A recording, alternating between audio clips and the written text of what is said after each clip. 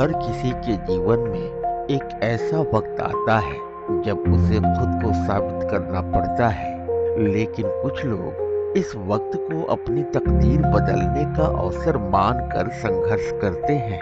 नमस्ते, प्रणाम। कहानी जंक्शन पर मैं हूँ कहानी वाला काका।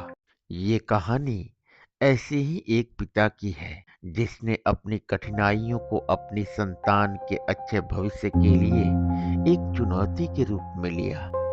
महेश एक साधारण किसान था जो एक छोटे से गांव में अपने परिवार के साथ रहता था।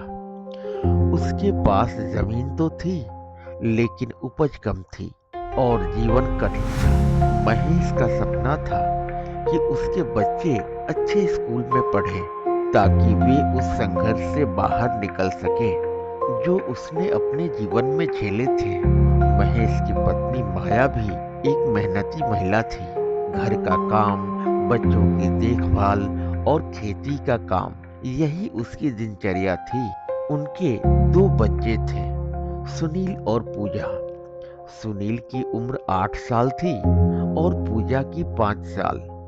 दोनों बच्चे पढ़ने में बहुत होशियार थे और महेश ने ठान लिया था कि वो उन्हें सबसे अच्छे स्कूल में पढ़ाएगा, चाहे इसके लिए उसे कितना भी संघर्ष क्यों न करना पड़े। लेकिन हालात आसान नहीं थे। गांव में सूखा पड़ा था, फसलें खराब हो रही थी और कोई बड़ी मदद भी नहीं मिल रही थी। महेश ने अपनी जमीन बेचने का निर्णय लिया ताकि बच्चों के स्कूल की फीस का इंतजाम कर सके। ये कदम उसके लिए बहुत मुश्किल था क्योंकि जमीन ही उसकी पहचान थी। लेकिन उसने सोचा, अगर बच्चों को अच्छे जीवन का मौका देना है तो ये बलिदान देना पड़ेगा। महेश ने अपनी जमीन बेच दी और शहर में बच्चों को दाखिला दिलाने के लिए पैसे इकट्ठे किए। लेकिन ये संघर्ष यहीं खत्म नहीं हुआ। स्कूल की फीस के अलावा किताबें, कपड़े और अन्य खर्चों का बोझ भी बढ़ने लगा। महेश को और भी कठिन काम करने पड़े, कभी मजदूरी तो कभी छोटे मोटे काम। एक दिन महेश जब खेतों में काम कर रहा था, तब उसके पैर में चोट लग गई। उसकी हालत इतनी खराब थी कि वो चलने में भी असमर्थ था। लेकिन फिर भी उसने हार नहीं मानी।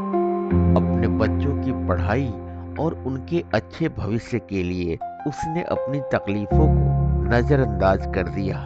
माया ने उसे कई बार कहा, महेश, तुम इतना तकलीफ क्यों उठाते हो? हमारे पास तो कुछ नहीं है। लेकिन महेश हमेशा जवाब देता, अगर मैं आज इन कठिनाइयों का सामना नहीं करूंगा तो ये बच्चे हमेशा मेरे जैसे ही संघर्ष करेंगे।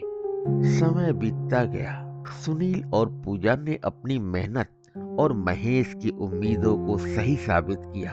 सुनील ने अपनी पढ़ाई पूरी की और इंजीनियर बना, जबकि पूजा ने मेडिकल में दाखिला लिया।